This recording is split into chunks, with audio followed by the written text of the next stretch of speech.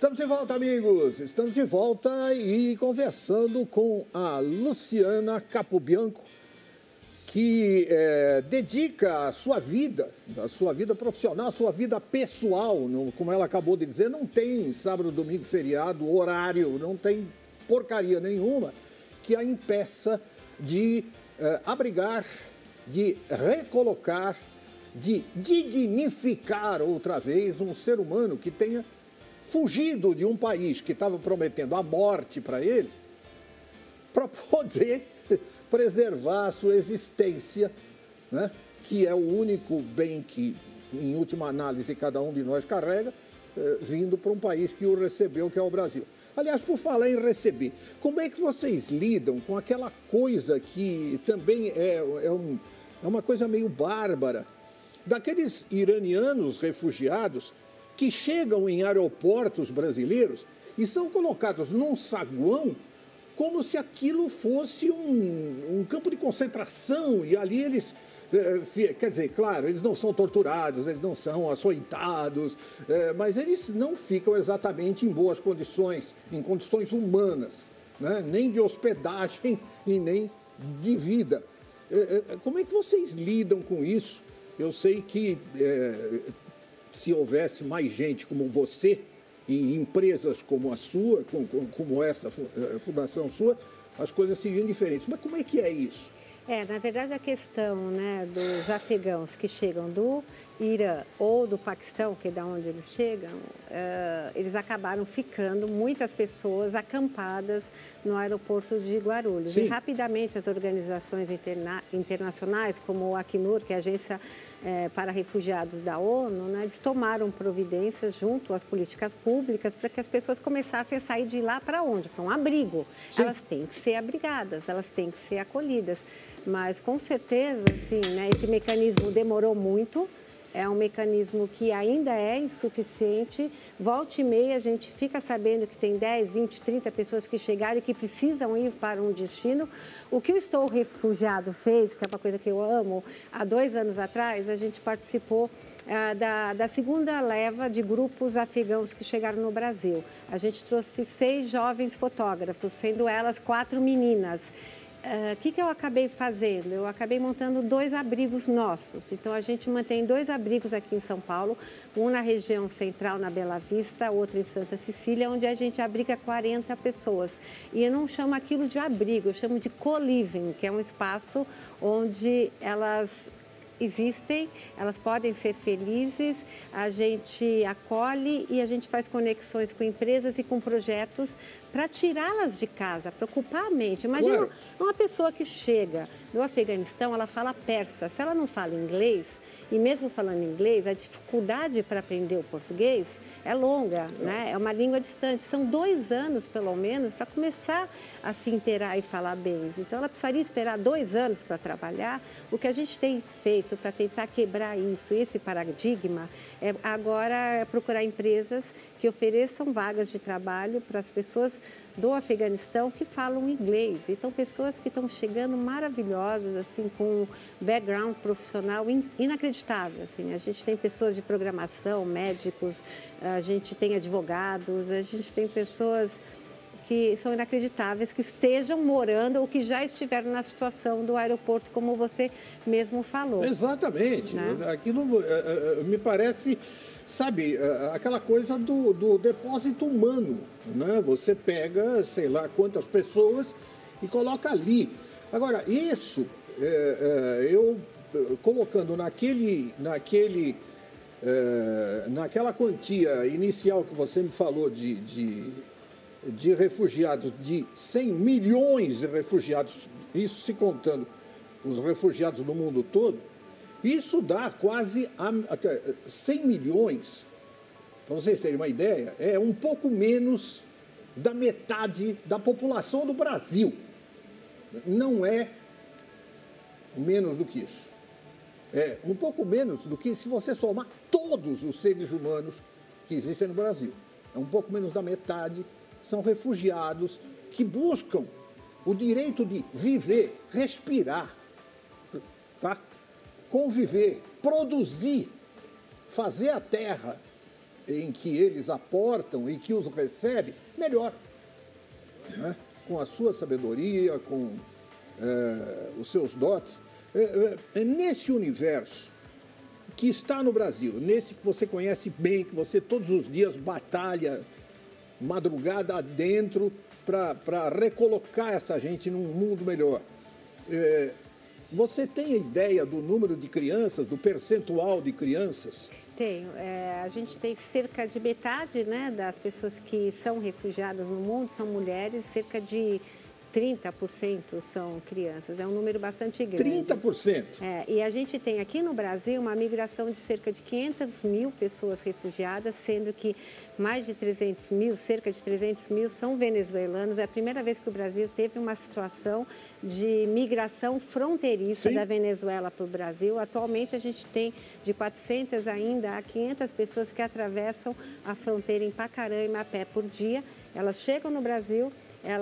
O Brasil, Décio, uma coisa interessante, assim, quando você falou também dos afegãos, poucos países, para te falar a verdade, eu acho que só o Brasil e quiçá um outro país que de vez em quando levanta a mão e abre a fronteira para 10 vistos humanitários para afegãos, a gente oferece vistos. Nesse sentido, o Brasil, ele é acolhedor, as nossas fronteiras não são fechadas. O que precisa ser melhorado é mecanismos públicos para você, a partir do momento que você abre a fronteira, vamos receber de uma forma organizada. Claro. E é isso que eu acho que o Brasil agora está tentando fazer, assim, com relação a essa população afegã. Inclusive, os vistos humanitários para afegãos foram cortados, que é complicado também, porque eles não têm para onde ir. Sim. E tem muitas pessoas que estão no Irã hoje, que elas chegam do Afeganistão, atravessam a fronteira, chegam no Irã. Lá no Irã, elas são hostilizadas também, e o visto de lá, ele é rápido até o Irã. Se ela não conseguir sair de lá rapidamente para o Brasil, ela é devolvida para o Afeganistão correndo terrível, né?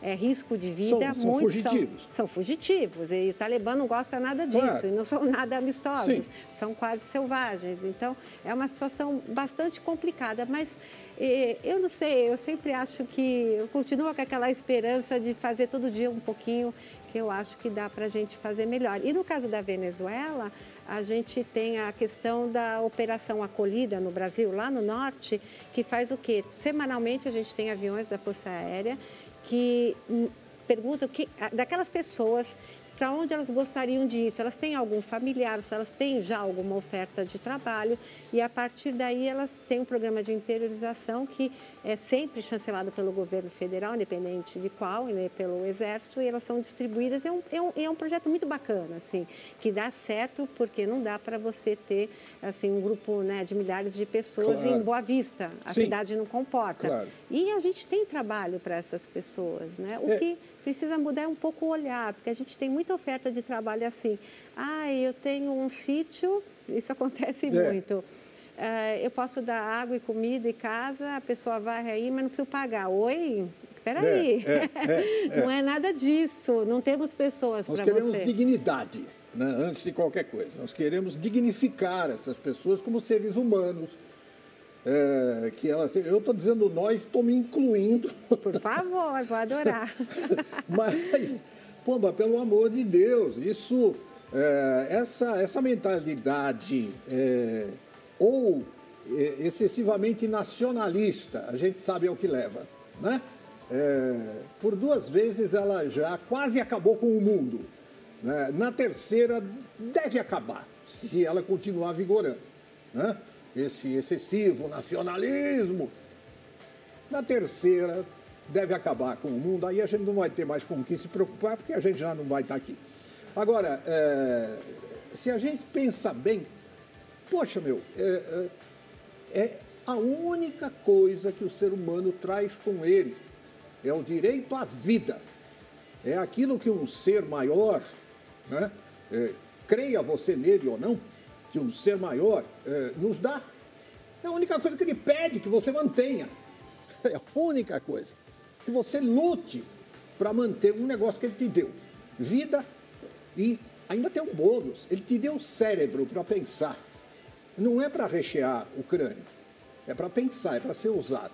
Então vamos começar a usar um pouquinho mais o cérebro em benefício das outras pessoas que também receberam vida e cérebro.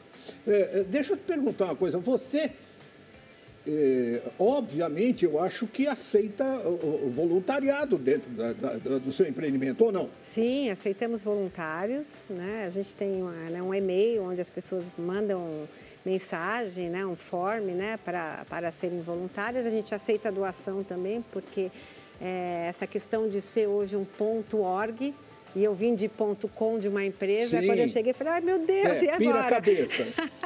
Como é que faz isso, né? Para a gente tocar, para a gente criar projetos. Mas a gente trabalha muito em projetos e, assim, e dá para fazer. Como esse livro que a gente lançou agora. Olha só. Esse livro, ele conta a história de 4 mulheres. A Mahbouba, do Afeganistão. Sim. Que deixou tudo para trás, uma fotógrafa. A Natália da Ucrânia, que é incrível, que chegou aqui no Brasil. Mulheres com sempre, quer dizer, pelo menos até agora, com feições muito fortes, né? Muito fortes. A Frances, determinadas, né? A gente tem Olha a Frances da Venezuela. Da Venezuela. E a gente sempre tem que ter a África junto, né? Porque Sem a África dúvida. precisa de uma reparação enorme. É a mãe, né? Que é a Larinha de Moçambique. E qual é o propósito desse projeto? Assim? O Brasil, dentre esse número que a gente pode falar, essa população de 350 mil, 400 mil pessoas refugiadas, sendo apenas 62 mil reconhecidas, que para ser refugiada, eu já volto aqui, mas para ser refugiada, a pessoa ela tem que fazer uma entrevista ao CONARE e contar por que ela não pode voltar para o seu país, porque ela corre risco de vida. Esse processo tramita no governo, no Ministério da Justiça, e depois ela recebe o credenciamento de refugiado ou de imigrante. Então, é um processo que corre.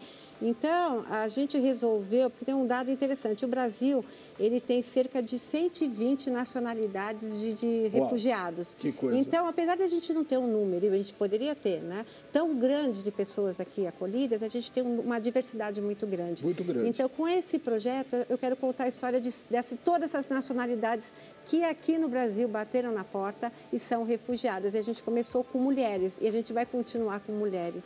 Porque ser mulher e ser refugiada são duas coisas juntas. São duas cargas. Ou carregando filho na fronteira, ou deixando cargas. filho para trás para depois buscar. Não sei o que é pior dessas situações. Não tem escolha. Não tem escolha. Gente, vamos colocar no ar a rede social dela. Ah, já está. Estou refugiado, né? E aqui nessa rede social tem tudo aquilo que ela disse e muito mais. Até porque você está vendo ilustradamente, né, tudo aquilo que a Luciana esteve nos contando até agora. Eu acho que... eu não sei, Alcimar, eu tenho a impressão que das entrevistas que nós fizemos até hoje, a mais impactante, sem dúvida, a mais impactante foi essa. Eu tento me controlar durante o programa. Às vezes eu começo a rir ou tenho vontade de chorar, sei lá, no meio do programa, mas dá para controlar. No caso dela, a ira sobe e toma conta de tudo, porque, porra, não é possível que ainda exista isso no mundo como o nosso. Aqui a gente estava na Flip com o livro e com as refugiadas. Essa foi a coisa mais impactante, porque a gente reuniu as refugiadas autoras do livro junto comigo. E eu fui meio que a mediadora e fui lendo trechos. Sim. Né? Porque aqui a gente tem assim, né? Por exemplo, da Mahbouba, ela conta... Sim, que ela resumidamente. Não, ela conta de uma forma grande tudo o que aconteceu na vida dela. E, por exemplo, um trecho quando o Talibã chegou na sua vila, que as mulheres correram para as montanhas e que ficaram abrigadas nas montanhas, nas grutas, e os homens ficaram. E quando elas voltaram para a vila, não havia mais homens. Sim, só eles foram elas. raptados ou mortos. E tudo isso. Então, a gente foi lendo trechinho. Eu só sei que o nosso espaço foi abaixo, as pessoas choravam. As refugiadas choravam. Eu falei, meu Deus, eu vou chorar também, porque eu não estou aguentando, né? Assim, a humanidade, ela está complicada, o mundo está complicado e cada vez mais será. Então, a gente tem que fazer uma parte. nem que seja uma pequena parte. E eu faço isso constantemente nas empresas. Eu tento pegar o coração do CEO, do dono daquela empresa, e vamos conversar? Vem cá, posso levar essas pessoas e vamos fazer um trabalho legal? Você não vai estar fazendo favor nenhum, ao contrário. Ao contrário. A sua empresa vai ganhar. As pessoas vão fazer um favor para você. Vão fazer um favor. Gente, eu nem sei o que dizer, eu estou assim bestificado. Na verdade, entre em contato com a Luciana. Né? O endereço dela está aqui na tela, é só copiar. Entre em contato com ela, seja um voluntário. Como empresário, colabore, entre nessa causa. Nós temos que acabar com essa amnésia desgraçada que o mundo tem, que a população mundial tem. Eu sempre fico pensando, pelas bobagens que a gente faz política e economicamente aqui no Brasil, em vários países, eu fico pensando que o povo brasileiro tem amnésia. Não, ela está me dizendo que é no mundo todo, entende? Mas o nosso problema é aqui.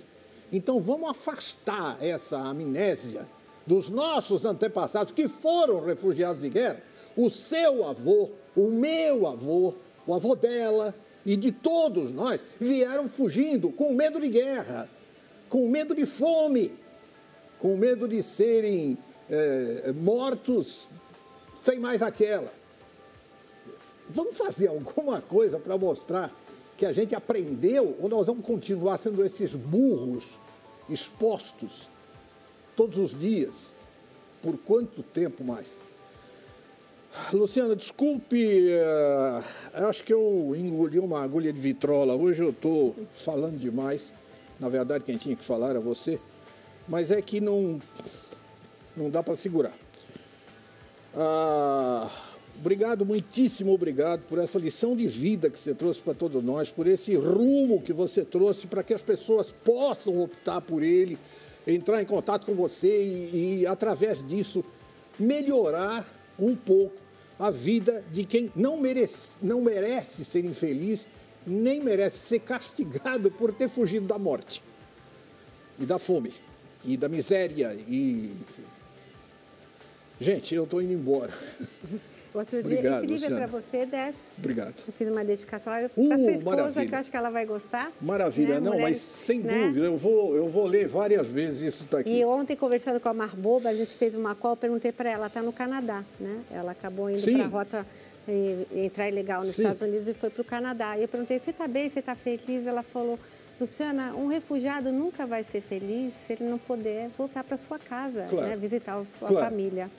Então, claro, mas enquanto ele não pode, vamos dar dignidade para ele onde ele estiver, tá bom? Olha, grande abraço para você, viu, querida? Muito obrigado mesmo. E quando você quiser, nós estamos à sua disposição. Obrigada, tá bom? Gente, desculpe por eu ter extrapolado aí, sei lá, eu nem sei o que eu falei, eu posso ter falado muita coisa que não devia.